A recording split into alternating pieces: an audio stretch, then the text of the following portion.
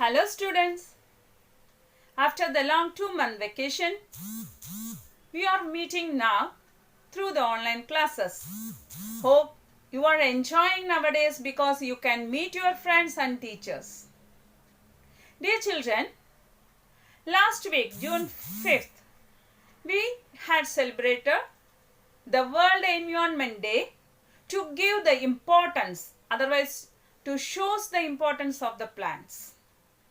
Most of us planted variety of saplings of plants because plants are that much important in our life, and if we care plants, they will care our environment, our surroundings.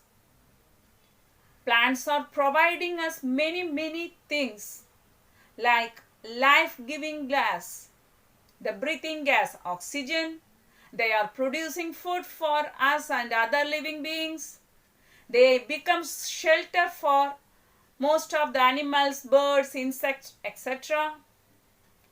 They have an important role in the formation of clouds and downpour, rain. So like that, they are very important, take an important role in our day-to-day life. And also, seeing the greeneries gives a peace of mind. So nowadays we are growing the indoor plants too. And also we are stepping out of the house, we can see variety of plants.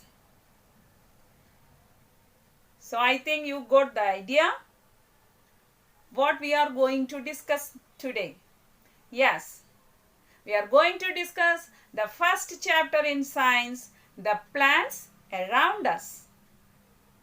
Before going to the chapter, children, I am going to take you to our friend Ravi's house. Let we go. Ravi has invited some of his friends because his mom is going to prepare a salad using fruits and vegetables. They sat together and started to tell the names of the plants which bear the fruits and vegetables they used for the salad. There are variety of plants in our surroundings. They are mainly categorized into herbs, shrubs, trees, climbers and creepers.